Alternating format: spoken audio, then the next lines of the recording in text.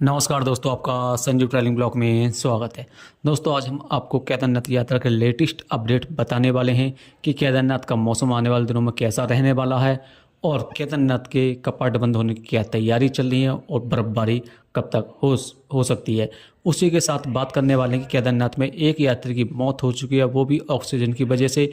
उसका क्या कारण था वो भी पूरे डिटेल से बताने वाले हैं। अगर आप केदारनाथ यात्रा करना चाहते हैं आने वाले दिनों में तो ये वीडियो आपके लिए बहुत ज़्यादा महत्वपूर्ण रहने वाली है। अगर आपने हमारा चैनल अभी तक सब्सक्राइब नहीं किया तो प्लीज़ हमारे चैनल को सब्सक्राइब कर दें और बेल आइकन घंटे दबा दें, जिससे आपको नई नई जानकारी प्राप्त होती रहे। दोस्तों सबसे पहले हम बात करते हैं कि केदारनाथ का मौसम कैसा है। इस टाइम केदारनाथ का मौसम लगातार बढ़िया है।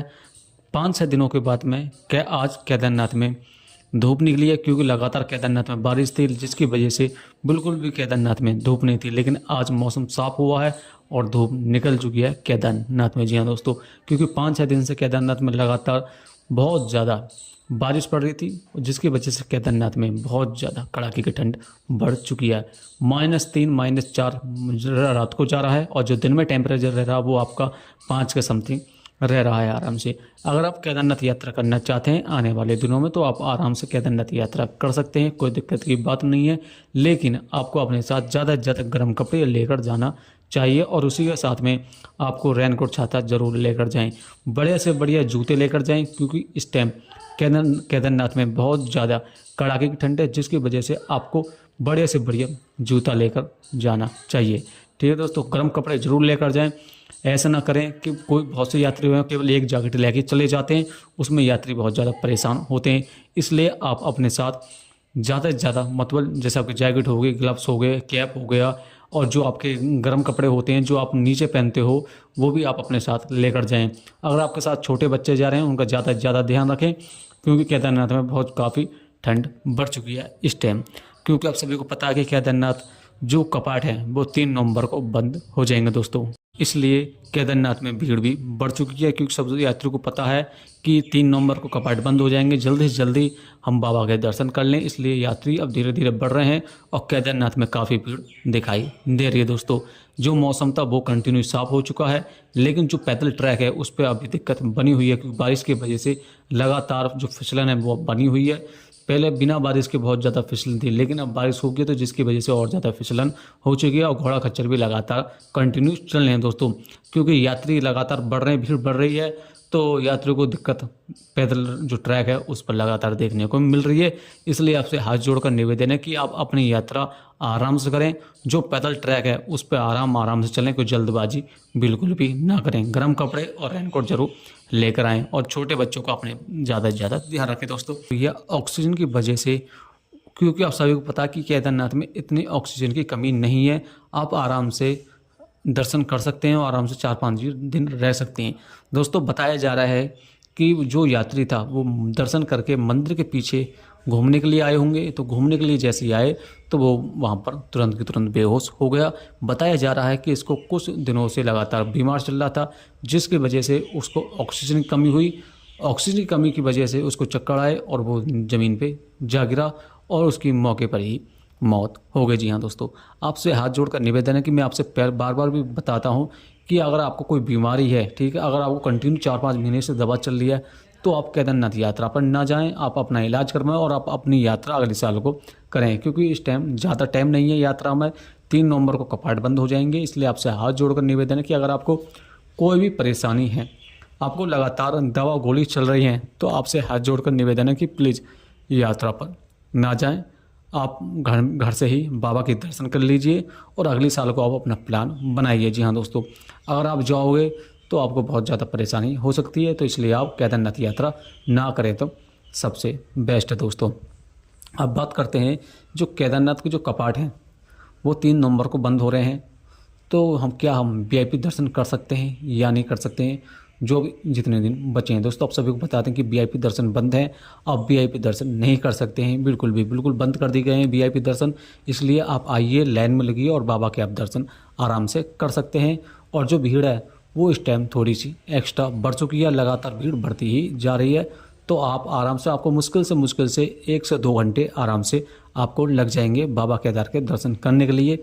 गर्भगृह के दर्शन कंटिन्यू हो रहे हैं, कोई दिक्कत की बात नहीं है। 12 बजे तक आपको कंटिन्यू दर्शन होते हैं और 12 बजे के बाद में बाबा का श्रृंगार हो जाता है। उसके बाद में 2 बजे फिर से कपाट खुलते हैं और आपको दूर से ही बाबा के दर्शन होते हैं। ठीक है दोस्तों, शाम को आरती होती है, आप आरती कीजिए, कोई दिक्कत की बात नहीं है इस टाइम केदारनाथ पर। लेकिन जो थोड़ी प्रॉब्लम आ रही है, केवल 2 चीज़ों में इस टाइम प्रॉब्लम आ रही है। पहली प्रॉब्लम है कि यहाँ पर बहुत ज़्यादा कड़ाके की ठंड है, तो जिसकी वजह से यात्री बहुत ज़्यादा परेशान हो रहे हैं, तो आप अपना ज़्यादा से ज़्यादा ध्यान रखें। और दूसरी, अगर आप बीमार हैं ज़्यादा 3-4 महीने से या 1 साल से आप कंटिन्यू दवा चल रही है, तो आप यात्रा पर ना करें, सबसे बेस्ट रहेगा। अगर आप बीमार नहीं हैं तो आप आराम से अपनी केदारनाथ यात्रा कंटिन्यू करें, कोई दिक्कत की बात नहीं है दोस्तों।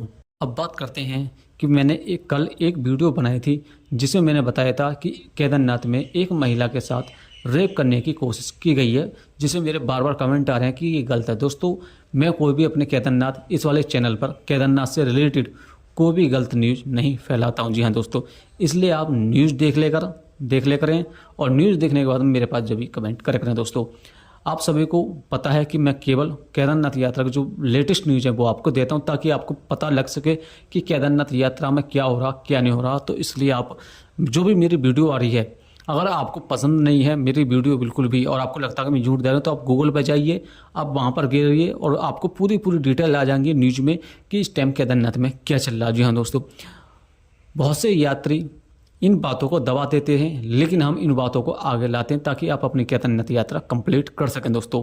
ठीक है, जिन यात्रियों को मेरी इस अपडेट से परेशानी है तो प्लीज़ वो मेरी वीडियो ना देखें, और जिनको पता है कि मैं बढ़िया न्यूज़ देता हूं और वो केदारनाथ यात्रा में इनको सहायता मिलती है, तो वो मेरी केदारनाथ यात्रा जो ये चैनल है संजीव ट्रैवल ब्लॉग, इसको सब्सक्राइब करें, क्योंकि आने वाले दिनों में आपको पूरे भारत की पूरे ब्रह्मांड हम आपको दिखाने वाले हैं।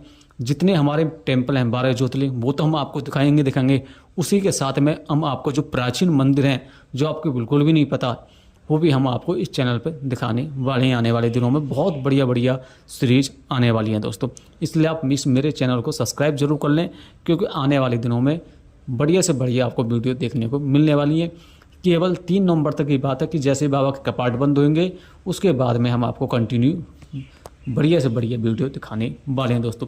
अब बात करते हैं, बहुत से यात्री हमसे पूछ रहे हैं कि जो सोनप्रयाग से लेकर पहले पैदल जाते थे, क्या वहाँ पर टैक्सी चल रही है या नहीं। दोस्तों, टैक्सी कंटिन्यू चल रही है, कोई दिक्कत की बात नहीं है। 50 रुपये पर पर्सन किराया है।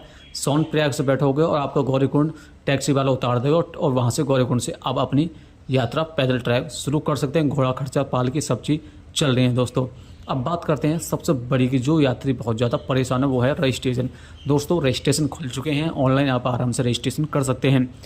जो यात्री रजिस्ट्रेशन नहीं कर पा रहे हैं या फिर रजिस्ट्रेशन नहीं हो रहे हैं ऑनलाइन, तो वो अपना आधार कार्ड ले जाएं और वहाँ पर जाकर जहाँ आपका रजिस्ट्रेशन चेक हो रहा है वहाँ पर आप अपना आधार कार्ड दिखाएं और वहाँ पर आपकी एंट्री हो जाएगी, और एंट्री होते ही आप अपनी केदारनाथ यात्रा कर सकते हैं। कोई भी घबराने की बात नहीं है। बहुत से यात्री इसलिए नहीं जा रहे हैं केदारनाथ यात्रा पर, क्योंकि वो ऑनलाइन जो रजिस्ट्रेशन जहाँ पर रजिस्ट्रेशन होते हैं वहाँ पर ऑनलाइन नहीं दिखा रहे हैं, या फिर दिखा भी रहे हैं तो उनको पता नहीं है कि हम कैसे ऑनलाइन रजिस्ट्रेशन करें।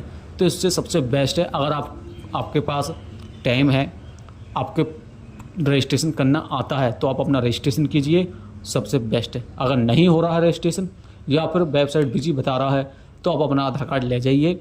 आधार कार्ड ले जाके जहाँ सोनप्रयाग पहुँचते ही जहाँ चौकी है वहाँ पर रजिस्ट्रेशन चेक होते हैं, वहीं पर जाके काउंटर है, अपना आधार कार्ड दिखाइए, और आधार कार्ड दिखाने के बाद में आप अपनी केदारनाथ यात्रा कंटिन्यू कर सकते हैं। दोस्तों, अगर आपको ये हमारी वीडियो अच्छी लगी हो तो लाइक कर दें, शेयर कर दें और सब्सक्राइब जरूर कर दें दोस्तों, क्योंकि हम आप केदारनाथ यात्रा और पूरे भारत ब्रह्मांड की हम आपको वीडियो लाते रहते हैं दोस्तों।